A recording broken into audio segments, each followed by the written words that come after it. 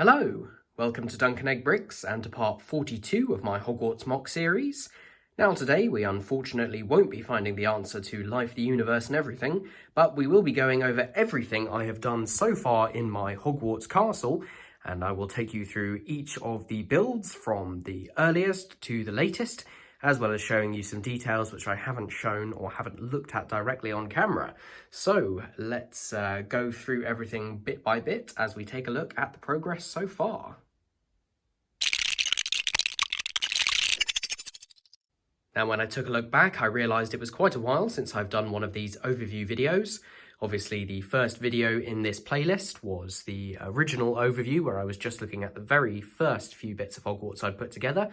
And since then, I've done 2 more overviews, but the last one was actually part 18 in this series, so it's been quite a while. Lots has actually been done, including pretty much all of this section behind the viaduct entrance building, with the exception of the astronomy tower just over there. So a huge amount has been done. There are obviously individual videos for each of these parts, sometimes more than one, where I've gone back and made amendments. But I thought it'd be interesting to actually show you the entire castle, sort of chronologically, for when I built the different parts of it, and yeah, show you some things that I have updated but not shown on camera. Before we start, I thought I would just point out the slight mess that is the second half of Hogwarts over here. Of course, the Hogwarts Icons set is not part of that.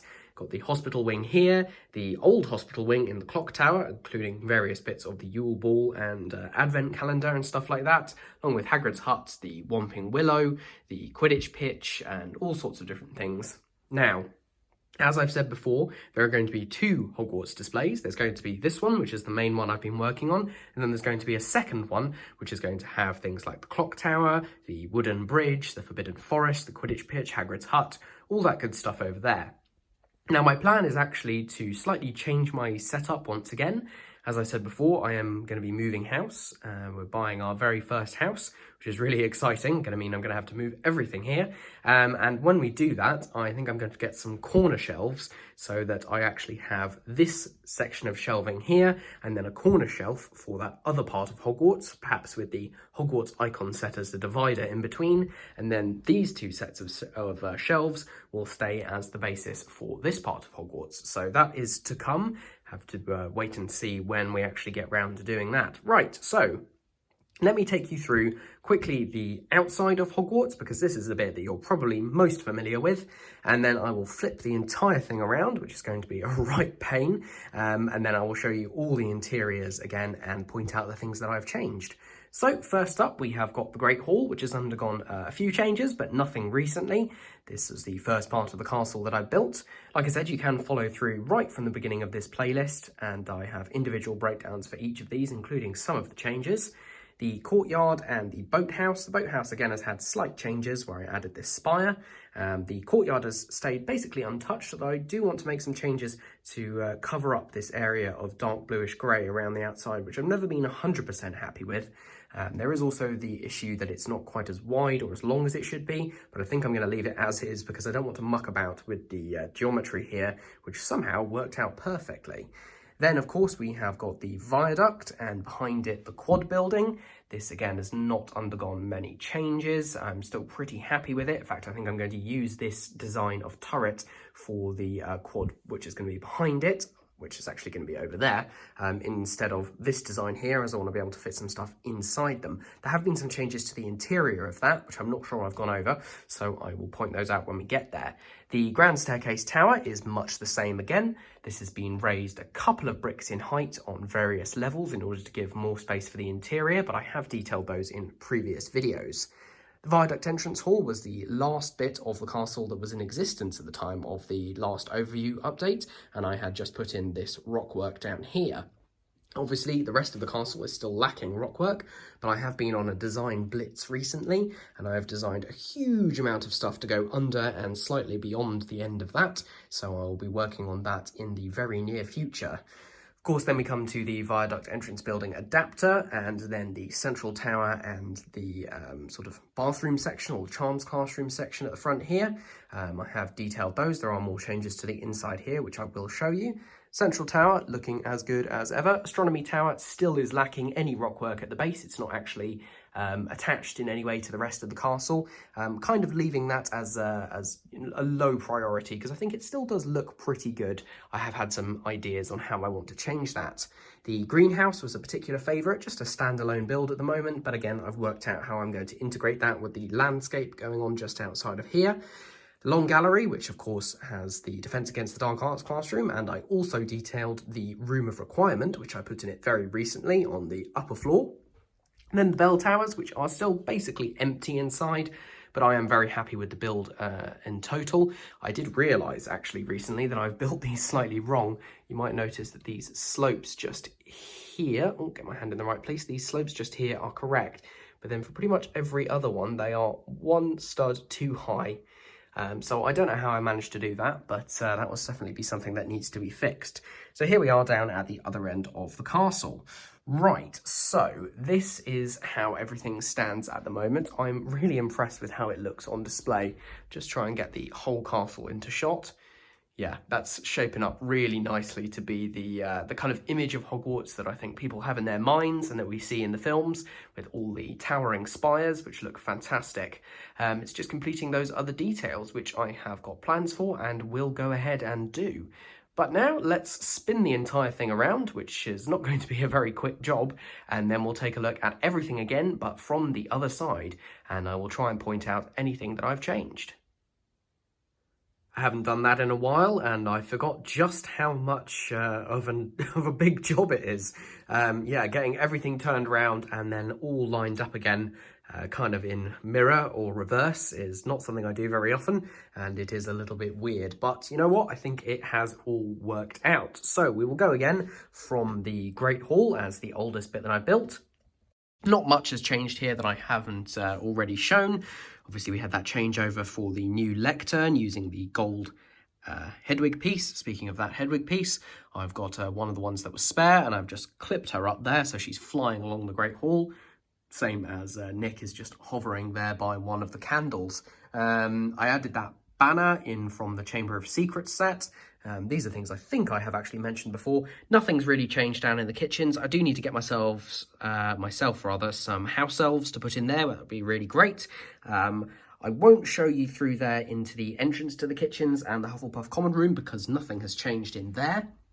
Since last time, we have added some detail in here. There's a bust with a helmet on it there, a bookcase. I think that one actually came, sorry, get my hand out of the way. That one actually came in the Hogwarts student minifig pack, and used one of those pieces there with a sticker on the inside as a little bit more added detail. One thing I will say is that I am anticipating the release of a particular part in a particular colour. Now, the main part of the tower here, when we get up to the upper floors, these large curved pieces here are, I think, 6 by 6 with one corner curved, which is the same piece as is being used down here. Now, I think the Vesper that's just been revealed and had already been reviewed by some people comes with a new piece, which is essentially the outside edge of this. I think it might actually be one stud shorter in both directions. It's 5 by 5 studs, but it's a kind of corner macaroni piece. And my idea is that once I'm able to get that piece in dark tan, I will actually be able to fit these stairs inside the body of the tower, and that'll tuck those stairs away, and that's something I've been trying to do for a while, but there aren't actually any pieces at the moment which you can do that with. That piece solves the problem. Anyway, nothing else in here has changed. You can go back to the latest, or the previous update I should say, to see the exact changes. Moving further down here, this is Filch's office, which has its own video. I won't link all of these videos because I'll just be spamming links for ages, but they're all available in the playlist that this video should be part of. So Filch's office replaced a little sort of Slytherin-ish area. There really wasn't anything there before. Coming down this corridor, I have simplified things slightly. There was a bookcase which has moved, and I've centered the one-eyed witch statue and this brazier. That portrait is the same as ever. Nothing's changed down in the dungeons. I made some changes to the Transfiguration class. I swapped the minifigs out for age-appropriate ones, and I've put a rat just there. That's, well, it's Scabbers that Ron is trying to transfigure, and there is a goblet that Hermione is perfectly transfigured. I haven't got room for the animals, unfortunately. That's something I really would like to do, but I just don't have the space. I'm not sure if I've actually shown on camera what I did with McGonagall's office. I've changed this up a bit more anyway. So what we've actually got here is a fire. That's actually using a sticker in the back on the opposite side of this blackboard just here. This is mixing pieces from the Hogwarts Moment Transfiguration class set, as well as some other pieces. Got a gold and red rug just there. And then I've actually got McGonagall's desk, which I wanted to copy basically off the moment in Philosopher's Stone where Harry catches the Remember-All. Obviously that window is not actually seeing out onto anything, but it is roughly lined up with the window that's on the outside just there. So, you know, it gives the illusion, hopefully. I've also used a spare clock sticker and portrait to go on the inside there.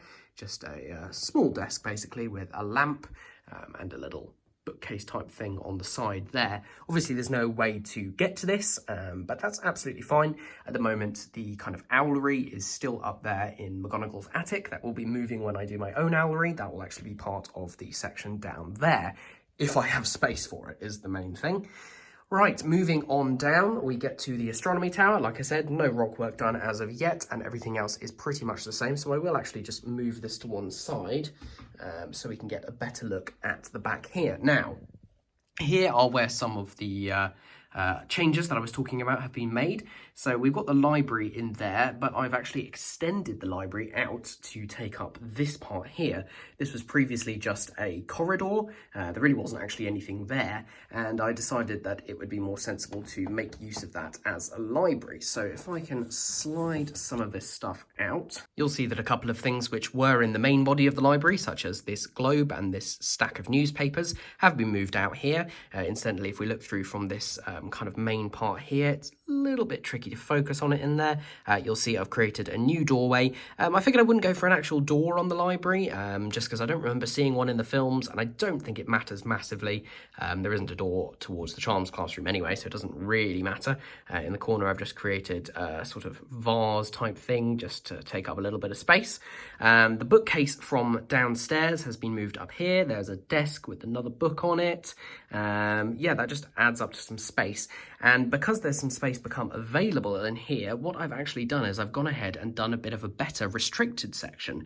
My previous version had a restricted cabinet down at this end.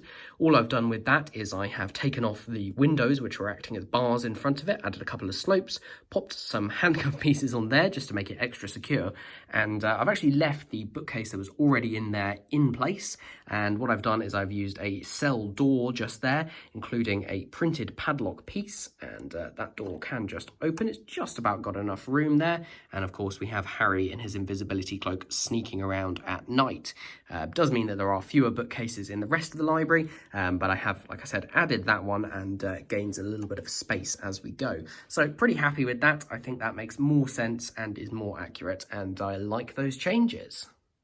Moving even further down the castle, we have got the joint girls, the troll bathroom and Moaning Myrtle's bathroom, the other half of which is down here, just because I couldn't be bothered to put it in place. That's exactly the same as the last time we left it. And coming through to here, obviously Lockhart's office, the Defense Against the Dark Arts lesson. I did show those changes for adding the Room of Requirement up above. Haven't had time yet to put these Patronuses on any kind of support. I have started work on Umbridge's office. As you can see, it's got a door on the outside there. It's got the beginnings of a fireplace, and I've actually put in that bookcase at the back just there. So waiting on some design inspiration. Add a load of pink pieces in there, and yeah, make it look really horrible and nasty. Like I said, there isn't anything actually going on in the bell towers right now. Any suggestions would be fantastic. We do have access through there for the Defense Against the Dark Arts class. There's nothing stopping me putting something down the end there. I'm thinking History of Magic maybe around here somewhere, and then Nearly Headless Nick's Death Day party. The exciting thing is I have ordered pieces for basically 3 different builds. The Chamber of Secrets itself, just here. The kind of antechamber to the chamber. And then behind that, underneath where the other part of the bathroom will be, is the slide to access it. So there's a lot of pieces coming. In fact, I have made a collection of them just there. And yeah, one more bricklink order, and then I'll be able to start work on those builds and make that video for you guys. So really looking forward to that. getting closer to having all the rock work on the outside of the castle complete, which will make things look so much better than it does at the moment, and I'll be able to return all these multicoloured stacks of bricks to my collection. No idea if that's going to all completely happen before or after we move, so I'm going to try and go around and make as accurate digital copies of all of these builds as possible, just in case anything gets damaged in said move. Right, that pretty much sums it up for everything that has gone on in Hogwarts at the moment. Obviously, like I said, there will be that second section of Hogwarts.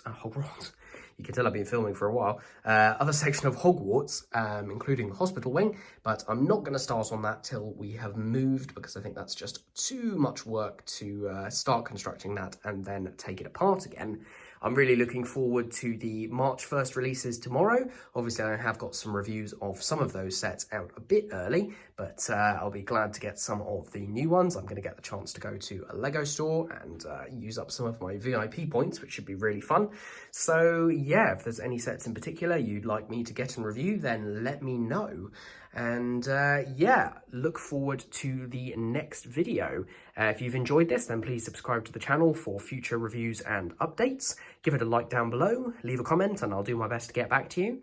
And until next time, have a good one.